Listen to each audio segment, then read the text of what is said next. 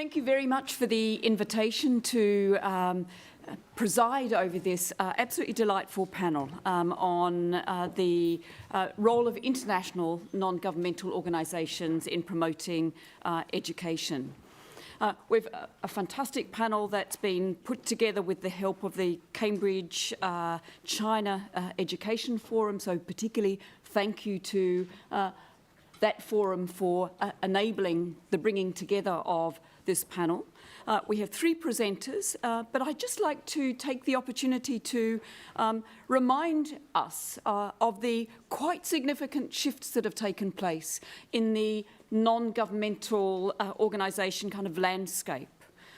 If we looked at 1914, for example, you'd find there'd be just over 1,000 non-governmental organisations, largely international and national.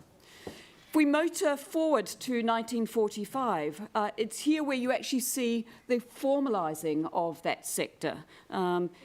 Essentially, it's the time that the term is first coined, and as an international non-governmental organisation, essentially it's recognition of interests, actors who participate in the international landscape, but in this particular case, not guided by some kind of treaty in some way. So this is an absolutely fast-growing sector if we actually recognise that at the current time there's something in the order of 10 million international non-governmental organisations. That's a radical and significant shift in the numbers that we're looking at. 2 million in India, just over 250,000 in Russia. We could look at sub-Saharan Africa. South Africa alone's got 100,000. So what kind of work do they do, and what kind of things will our panel presenters be speaking to? They're advocacy institutions, but not only.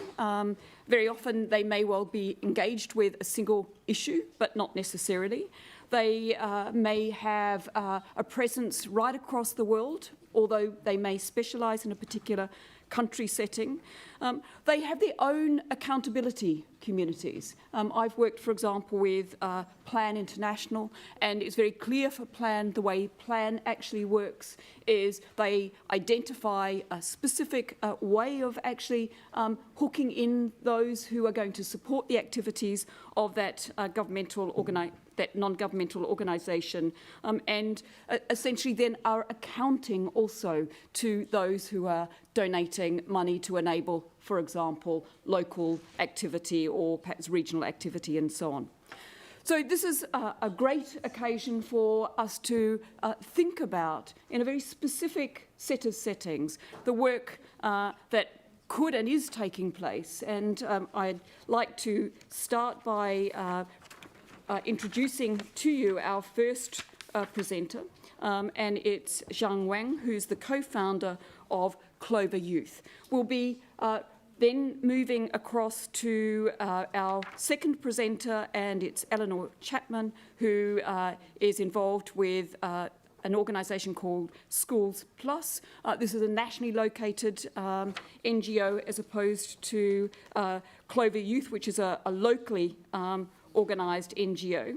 Nevertheless, that panel is a wonderful representation from Berlin, from around the national local space, and specifically also one of them in our faculty. Our final presenter is Lisa Walker, and she will speak to CamFed, which is an NGO. So what a wonderful cornucopia of presenters and their ideas, and they'll take it in order, about 7 minutes, then we're going to open it up to a very dialogic set of engagements. So the floor is yours, Zhang.